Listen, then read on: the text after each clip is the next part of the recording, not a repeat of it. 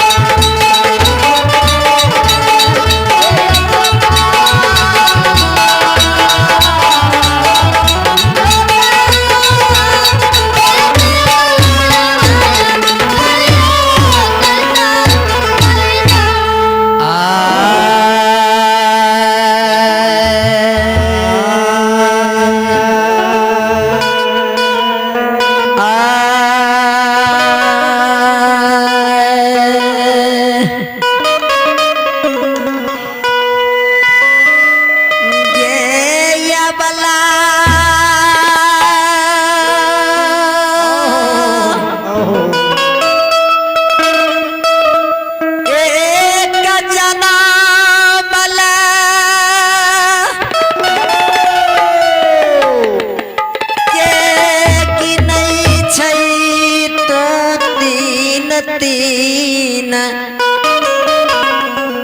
जन्म के पापीन छिए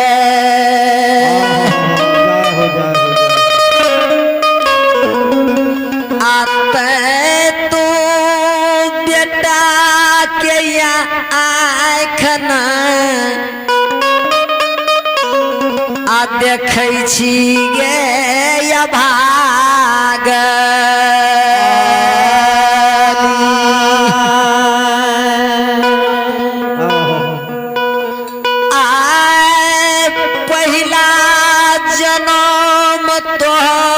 सुगरीन के कोई खमरो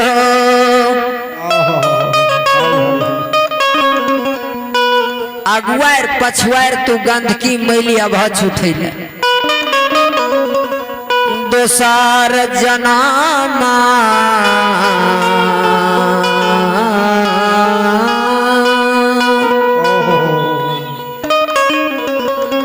नागिन के तन में भेलो जय हो जय हो जय हो बिजुआ बन जंगल में जय हो जय भैर दिन गंगा के भिड़िया में लिपटा के बैसत रहा आ साँझ पड़े तो तू गंगा के भिड़िया से निकल के बिजुआ बन जंगल में चढ़र कर गैया बला गाइयो का 9 महीना 13 दिन 37 मिनट में बच्चा के फरमान होइ छे आ माइयो का 9 महीना 13 दिन 37 मिनट में बच्चा के फरमान होइ छे। अबला ध्यान से सुन ले माता लक्ष्मी के 6 दिन के बच्चा रहे बछड़ू कठोर पछोड़ के आल रहे बिजुआ बन जंगल में चोर करे ले जय हो जय हो जय हो जाकर 4 बज का आ दूध से जब गर्भस्थल तुबे लागले अबला ध्यान से सुन ले आज्ञा चेर बजका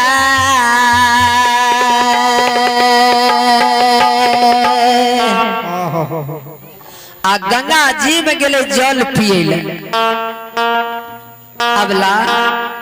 आज्ञा एक घोट जल पिल के घोट दोसर तेसर घोट गया के जलो नहीं पी भेले हे गे अबला तेसर घोट गया के जलो नहीं पी भेले आ तू गंगा के भिड़िया से निकल का आज्ञा के डस लेली गया के नहीं भर जीव जले पी भेले नहीं बच्चा के दूधे पिला भेले गे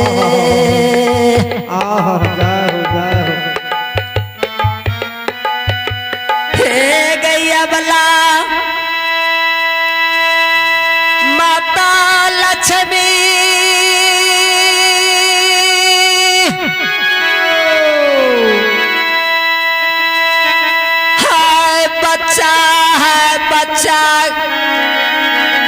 बच्चा बच्चा क्या के गंगा जी में गिर गेल गे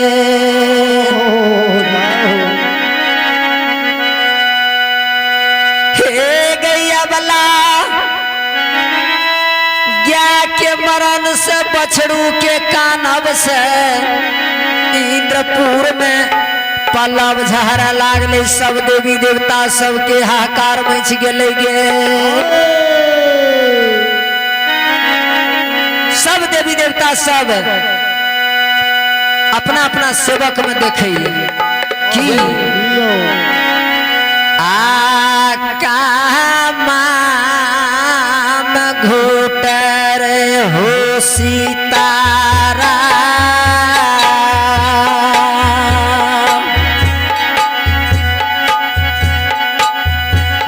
सजोड़ चाके बाह चिड़िया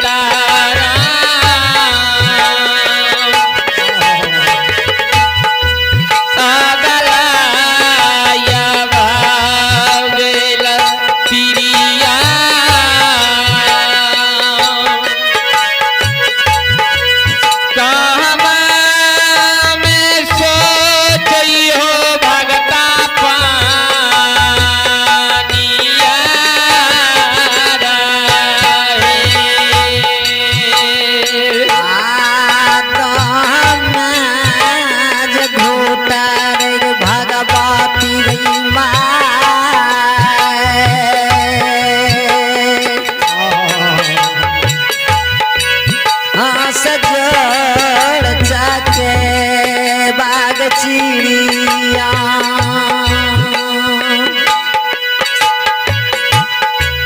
बीजू बना में गई सेलर ही गई नन मी गई धेनु गाई हो।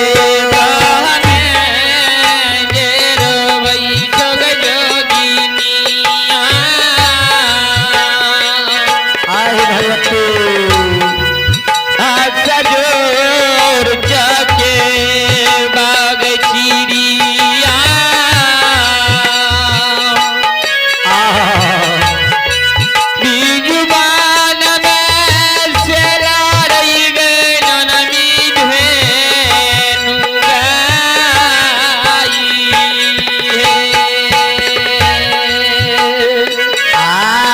सोईरी धार में रोबै छै गे जोगिनिया हीरा मैया भागल तीरिया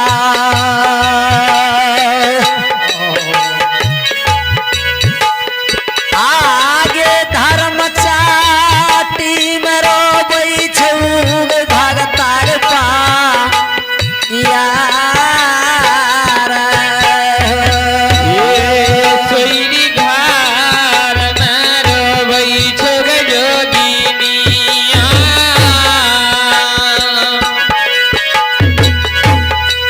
हीरा मैया भागल तीरिया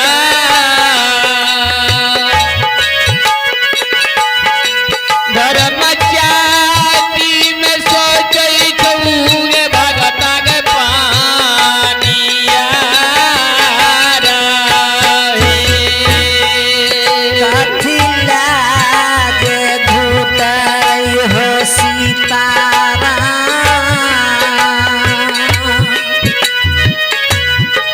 हाँ सजोड़ चके कथी अइला से लड़ै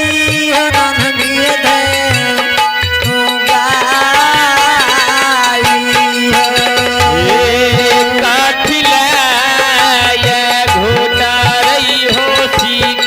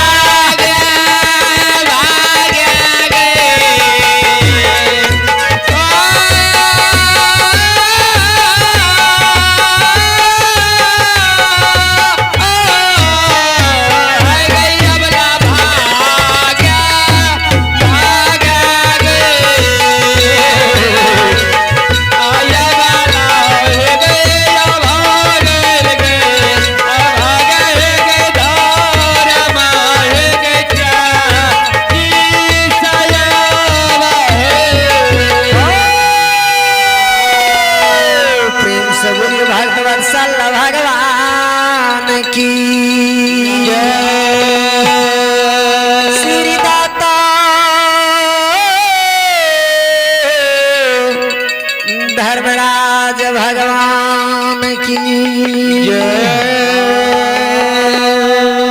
प्रेम से बोलिए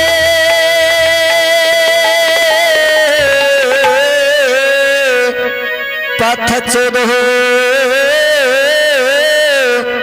देवान की जय